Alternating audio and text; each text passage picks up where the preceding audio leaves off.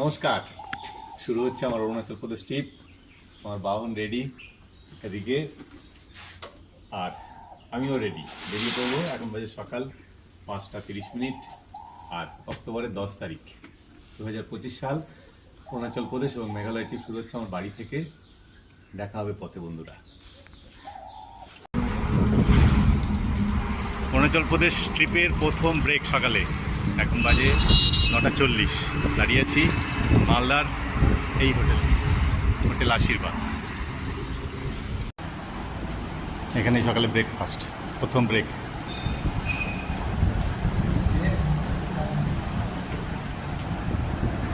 খাবার এসে গেছে, ডিম ভাত সকালবেলায় গরম গরম, আলু ভাজা, সয়াবিন ডাল, একটা শাক আর ডিম আসবে।